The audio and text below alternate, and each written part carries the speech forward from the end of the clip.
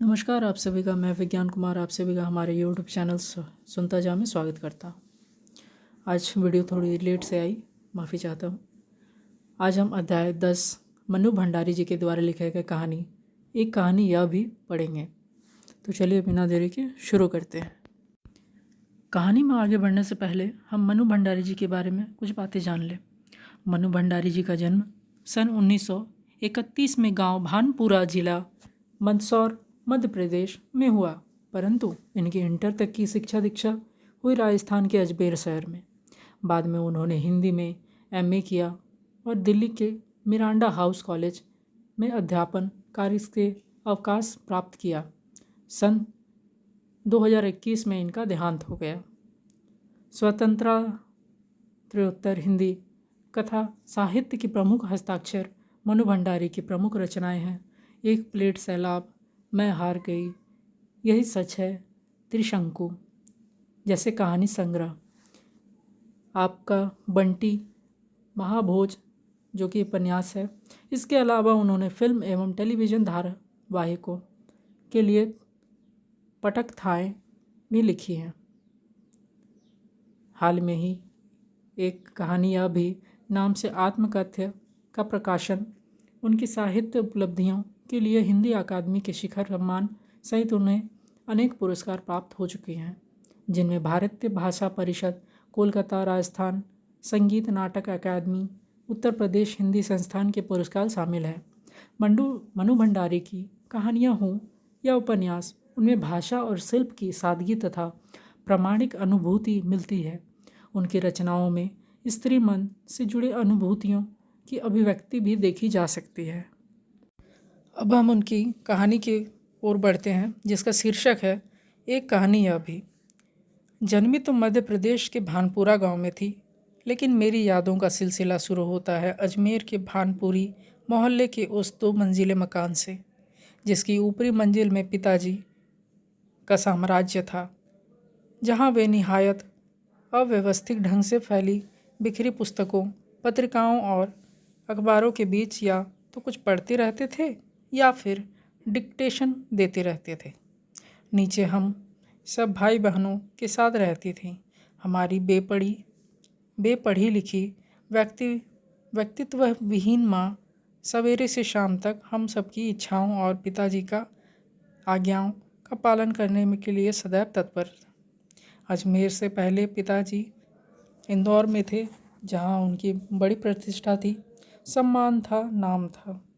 कांग्रेस के साथ साथ वे समाज सुधार के कामों से भी जुड़े रहे। शिक्षा के वे केवल उपदेश नहीं देते थे, बल्कि उन दिनों 8-8, 10-10 विद्यार्थियों को अपने घर पर रख कर पढ़ाया है, जिसमें से कई तो बाद में ऊंचे ऊंचे ओहदों पर पहुँचे। ये उनकी खुशहाली के दिन थे और उन दिनों उनकी दरियादिली के चर्चे भी कम नहीं थे। एक ओर वे बेहद कोमल और संवेदनशील व्यक्ति थे, तो दूसरी ओर बेहद क्रोधी और अहंवादी। पर यह सब तो मैंने केवल सुना, देखा तब तो इन गुणों के भग्नावशेषों को ढोते पिता थे। एक बहुत बड़ी आर्थिक झटके के कारण वे इंदौर से अजमेर आ गए थे, जहां उन्होंने अपने अकेले के बलबूते और हौसले से अंग्रेज़ी हिंदी शब्दकोश के अधूरे काम को आगे बढ़ाना शुरू किया, जो अपनी तरह का पहला और अकेला शब्दकोश था। इसने उन्हें यश और प्रतिष्ठा तो बहुत दी, पर अर्थ नहीं, और शायद गिरती आर्थिक स्थिति ने ही उनके व्यक्तित्व के सारे सकारात्मक पहलुओं को निचोड़ना शुरू कर दिया। सिकुड़ती आर्थिक स्थिति के कारण और अधिक विस्फारित उनका अहम उन्हें इस बात तक की अनुमति नहीं देता था कि वे कम से कम अपने बच्चों को तो अपनी आर्थिक व्यवस्थाओं का भागीदार बनाएं। नवाबी आदतें, अधूरी महत्वाकांक्षाएं, हमेशा शीर्ष पर रहने के बाद हाशिए पर सरकते चले जाने की यातना क्रोध बनकर हमेशा माँ को कांपती थरथराती रहती थी। अपनों के हाथों विश्वासघात की जाने कैसे गहरी चोटें होंगी वे जिन्होंने आंख मूंद कर सबका विश्वास करने वाले पिता को बाद में दिनों में इतनी शक्की बना दिया था कि जब तब हम लोग भी उसकी चपेट में आते ही रहते। पर यह पितृ गाथा है मैं इसलिए नहीं गा रही मुझे उनका गौरव गान करना है, बल्कि मैं तो यह देखना चाहती हूँ कि उनके व्यक्तित्व की कौन सी खूबी और खामियाँ मेरे व्यक्तित्व के ताने बाने में गुंथी हुई है, या कि अनजाने अनचाहे कि उनके व्यवहार में मेरे भीतर किन ग्रंथियों को जन्म दे दिया। मैं काली हूँ, बचपन में दुबली और मरियल भी थी। गोरा रंग पिताजी की कमज़ोरी थी, सो बचपन में मुझसे 2 साल बड़ी खूब गोरी स्वास्थ्य और हंसमुख बहन सुशीला से हर बात में तुलना और फिर उसकी प्रशंसा ने ही क्या मेरे भीतर ऐसी गहरे हीन भाव की ग्रंथि पैदा नहीं कर दी कि नाम सम्मान और प्रतिष्ठा पाने के बावजूद आज तक मैं उसे उबर नहीं पाई। आज भी परिचय करवाते समय जब कोई कुछ विशेषता लगाकर मेरी लेखी की उपलब्धियों का जिक्र करने लगता है तो मैं संकोच में सिमट ही नहीं जाती, बल्कि गढ़ने गढ़ने को ही आती हूँ। शायद अचेतन की किसी परत ने नीचे दबी इसी हीन भावना के चलते मैं अपने किसी भी उपलब्धि पर भरोसा नहीं कर पाती। सब कुछ मुझे तुक्का ही लगता है। पिताजी के जिस शक्की स्वभाव पर मैं कभी कभी भन्ना जाती थी, आज एकाएक अपने खंडित विश्वासों की व्यथा के नीचे मुझे उनके शक्की स्वभाव की झलक ही दिखाई देती है। बहुत अपनों के हाथों विश्वासघात की गहरी व्यथा से उपचाशक होश संभालने के बाद से ही जिन पिता जी से किसी न किसी बात पर हमेशा मेरी टक्कर ही चलती रही, वो तो न जाने कितने रूपों में मुझ में है। कहीं कुटाओं के रूप में, कहीं प्रतिक्रिया के रूप में, कहीं प्रतीक्षाया के रूप में। केवल बाहरी भिन्नता के आधार पर अपनी परंपरा और पीढ़ियों को नकारने वालों को क्या सचमुच इस बात का बिल्कुल एहसास नहीं होता कि उनका आसन्न अतीत किस कदर उनके भीतर जड़ जमाए बैठा रहे। समय का प्रभाव भले ही हमें दूसरी दिशाओं में बहाकर ले जाए, स्थितियों का दबाव भले ही हमारा रूप बदल दे, हमें पूरी तरह उससे मुक्त तो नहीं ही कर सकता। पिता के ठीक विपरीत थी हमारी बेपढ़ी लिखी माँ। धरती से कुछ ज़्यादा ही धैर्य और सहन शक्ति सी शायद उनमें। पिताजी के हर जाति को अपना प्राप्य और बच्चों की हर उचित अनुचित फरमाइश और जिद को अपना फ़र्ज समझकर बड़े सहज भाव से स्वीकार करती थी वे। उन्होंने ज़िंदगी भर अपने लिए कुछ मांगा नहीं, चाहा नहीं, केवल दे ही दिया। हम भाई बहनों का सारा लगाव माँ के साथ था, लेकिन निहायत असहाय मजबूर में लिपटे उनका यह त्याग कभी मेरा आदर्श नहीं बन सकता। ना उनका त्याग, ना उनकी सहिष्णुता। खैर जो भी हो, आज यह पैतृक पुराण यहीं समाप्त कर अपने घर अपने पर लौटती हूँ। 5 भाई बहनों में सबसे छोटी मैं। सबसे बड़ी बहन की शादी के समय मैं शायद 7 साल की थी और उसकी एक धुंधली सी याद ही मेरे मन में है। लेकिन अपने से 2 साल बड़ी बहन सुशीला और मैंने घर के बड़े से आंगन में बचपन के सारे खेल खेले। सौतेलिया लंगड़ी लांग, पकड़म पकड़ाई, काली टोली, तो कमरों में गुड्डे गुड्डियों के ब्याह भी रचाए पास पड़ोस की सहेलियों के साथ। यह खेलने को हमने भाइयों के साथ गिल्ली डंडा भी खेला और पतंग उड़ाने, कांच पीसकर मांझा सूतने का काम भी किया।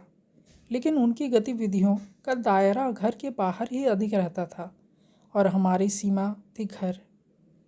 हाँ, इतना ज़रूर था कि वह ज़माना में घर की दीवारें घर तक ही समाप्त नहीं हो जाती थी, बल्कि पूरे मोहल्ले तक फैली रहती थी। इसलिए मोहल्ले के किसी भी घर में जाने पर कोई पाबंदी नहीं थी, बल्कि कुछ घर तो परिवार का हिस्सा ही था। आज तो मुझे बड़ी शिद्दत के साथ यह महसूस होता है कि अपनी ज़िंदगी खुद जीने के इस आधुनिक दबाव ने महानगरों के फ्लैट में रहने वालों को हमारे इस परंपरागत पड़ोस कल्चर से विच्छिन्न करके हमें कितना संकुचित, असहाय और असुरक्षित बना दिया है। मेरी कम से कम 1 दर्जन आरंभिक कहानियों के पात्र इसी मोहल्ले के हैं जहाँ मैंने अपनी किशोर अवस्था गुजार अपनी युवा अवस्था का आरंभ किया था। एक दो को छोड़कर उनमें से कोई भी पात्र मेरे परिवार का नहीं है। बस इनको देखते सुनते इनके बीच में ही मैं बड़ी हुई थी, लेकिन इनकी छाप मेरे मन पर कितनी गहरी थी, इस बात का एहसास तो मुझे कहानियाँ लिखते समय हुआ। इतने वर्षों के अंतराल ने भी उनकी भाव भंगिमा भाषा किसी को भी धुंधला नहीं किया था और बिना किसी विशेष प्रयास के बड़े सहज भाव से वे उतरते चले गए थे। उसी समय के दास साहब अपने व्यक्तित्व की अभिव्यक्ति के लिए अनुकूल परिस्थितियां पाते ही महाभोज में इतने वर्षों बाद कैसे एकाएक जीवित हो उठे, यह मेरे अपने लिए भी आश्चर्य का विषय था, एक सुखद आश्चर्य का। उस समय तक हमारे परिवार में लड़की के विवाह के लिए अनिवार्य योग्यता थी उम्र में 16 वर्ष और शिक्षा में मैट्रिक। सन 44 में सुशीला ने यह योग्यता प्राप्त की और शादी करके कोलकाता चली गई। दोनों बड़े भाई भी आगे पढ़ाई के लिए बाहर चले गए। इन लोगों की छात्र छाया के हटते ही पहली बार मुझे नए सिरे से अपने वजूद का एहसास हुआ। पिताजी का ध्यान भी पहली बार मुझ पर केंद्रित हुआ। लड़कियों को जिस उम्र में स्कूली शिक्षा के साथ साथ सुगढ़ गृहिणी और कुशल पाक शास्त्री बनाने के नुस्खे जुटाए जाते थे, पिताजी का आग्रह रहता था कि मैं रसोई से दूर ही रहूं। रसोई को वे भटिया रखाना कहते थे और उनके हिसाब से वहाँ रहना अपनी क्षमता और प्रतिभा को भट्टी में झोंकना था। घर में आए दिन विभिन्न राजनीतिक पार्टियों के जमावड़े होते थे और जमकर बहसें होती थी। बहस करना पिताजी का प्रिय शगल था। चाय पानी या नाश्ता देने जाती तो पिताजी मुझे भी वहीं बैठने को कहते। वे चाहते थे कि मैं भी वहीं बैठूं, सुनूं और जानूं कि देश में चारों ओर क्या कुछ हो रहा है।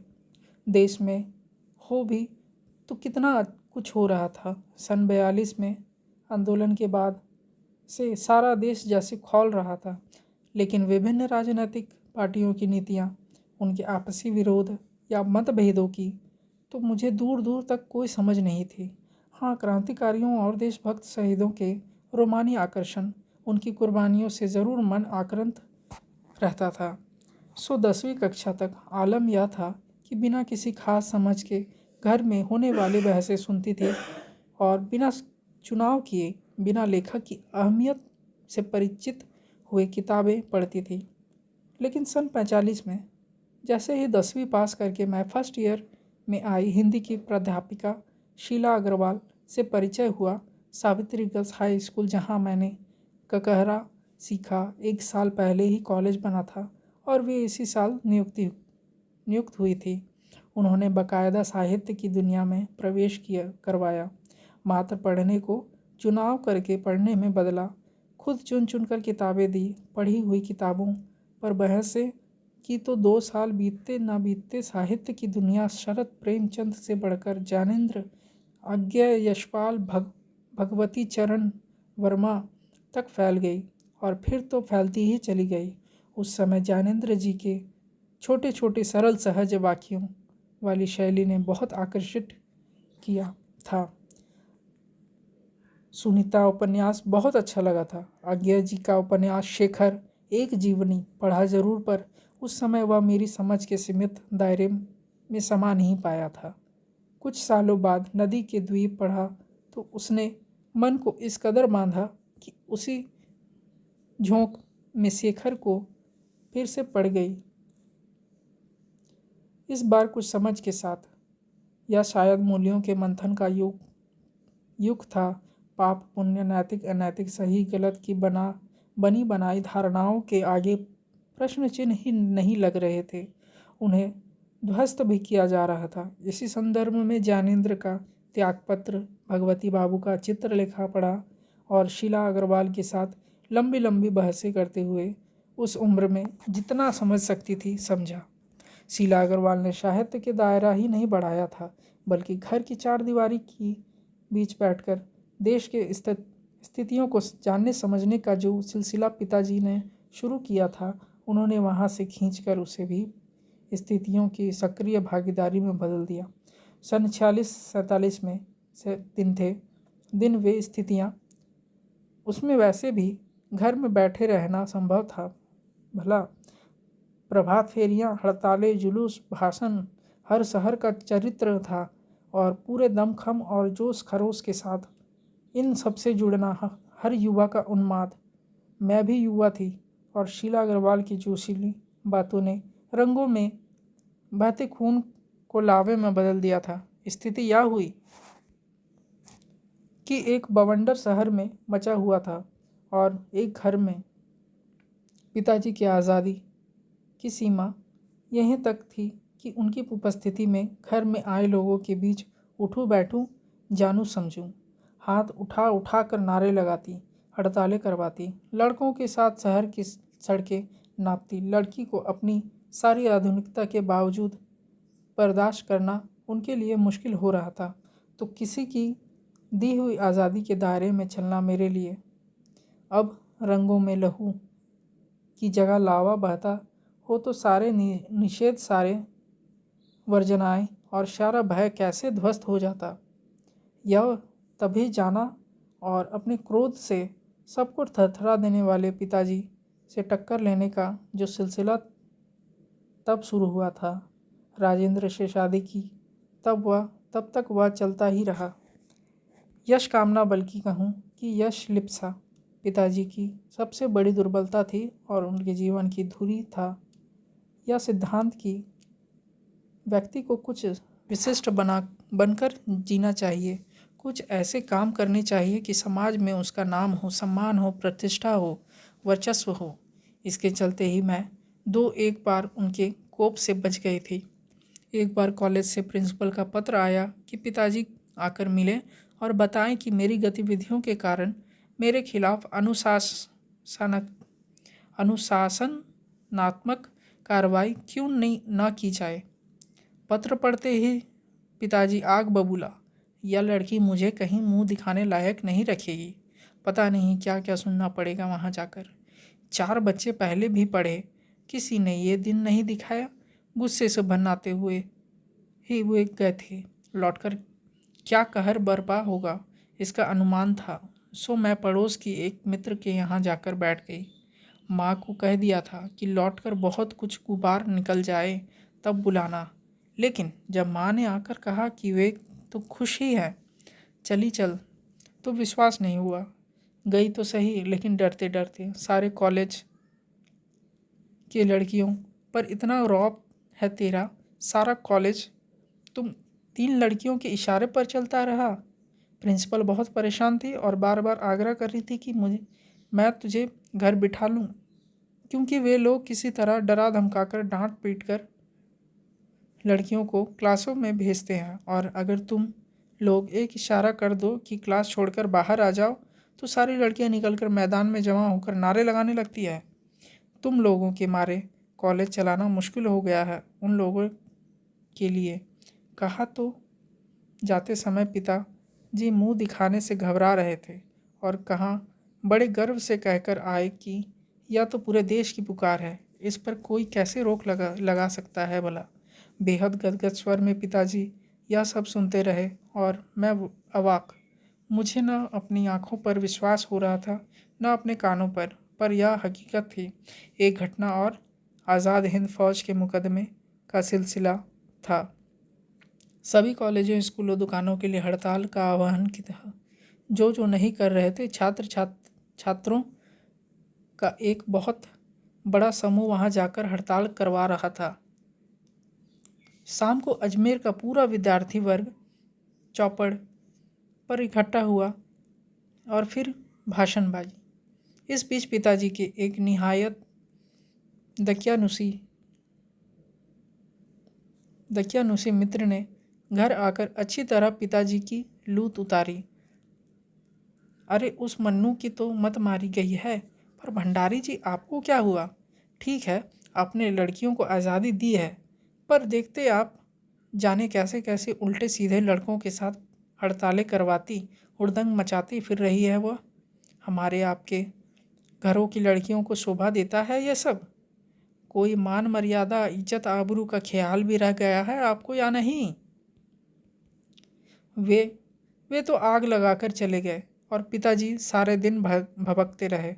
बस अब यही रह गया है कि लोग घर आकर थू थू करके चले जाएं। बंद करो अभी इस मन्नू का घर से बाहर निकलना।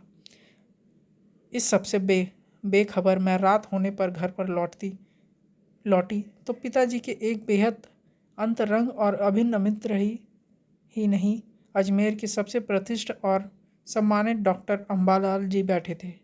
मुझे देखते ही उन्होंने बड़ा गर्मजोशी से स्वागत किया। आओ आओ मनु। मैं तो चौपड़ पर तुम्हारा भाषण सुनते ही सीधा भंडारी जी को बधाई देने चला आया। I am really proud of you. क्या तुम घर में घुसे रहते हो भंडारी जी? घर से निकला भी करो। You have missed something. और वे धुआंधार तारीफ करने लगी। वे बोलते जा रहे थे और पिताजी के चेहरे का संतोष धीरे धीरे गर्व से में बदलता जा रहा था। भीतर जाने पर माँ ने दोपहर की गुस्से वाली बात बताई तो मैंने राहत की सांस ली। आज पीछे मुड़कर देखती हूँ तो इतना तो समझ में आता है कि क्या तो उस समय मेरी उम्र थी और क्या मेरा भाषण रहा होगा, या तो डॉक्टर साहब का स्नेह था जो उनके मुंह से प्रशंसा बनकर बह रहा था, या यह भी हो सकता है कि आज से 50 साल पहले अजमेर जैसे शहर में चारों ओर से उमड़ती भीड़ के बीच एक लड़की का बिना किसी संकोच और झिझक के यूं धुआंधार बोलते चले जाने ही इसके मूल में रहा हो। पर पिताजी कितनी तरह के विरोधों के बीच जीते थे वे। एक और विशिष्ट बनने और बनाने की प्रबल लालसा, तो दूसरी ओर अपनी सामाजिक छवि के प्रति भी उतनी ही सजगता। पर क्या यह संभव है? क्या पिताजी को इस बात का बिल्कुल भी एहसास नहीं था कि इन दिनों का तो रास्ता ही टकराहट का है? सन 1947 के मई महीने में शीला अग्रवाल को कॉलेज वालों ने नोटिस थमा दिया लड़कियों को भड़काने और कॉलेज का अनुशासन बिगाड़ने के आरोप में। इस बात को लेकर हुड़दंग ना मचे, इसलिए जुलाई में 3rd ईयर की क्लासेस बंद करके हम दो तीन छात्राओं का प्रवेश निषेध कर दिया। हुड़दंग तो बाहर रहकर भी इतना मचाया कि कॉलेज वालों को अगस्त में आखिर 3rd ईयर खोलना पड़ा। जीत की खुशी पर सामने खड़ी बहुत बहुत बड़ी चीर प्रतीक्षित खुशी के सामने यह खुशी बिला गई। शताब्दी की सबसे बड़ी उपलब्धि 15 अगस्त 1947। और इसी के साथ हमने मनु भंडारी जी की कहानी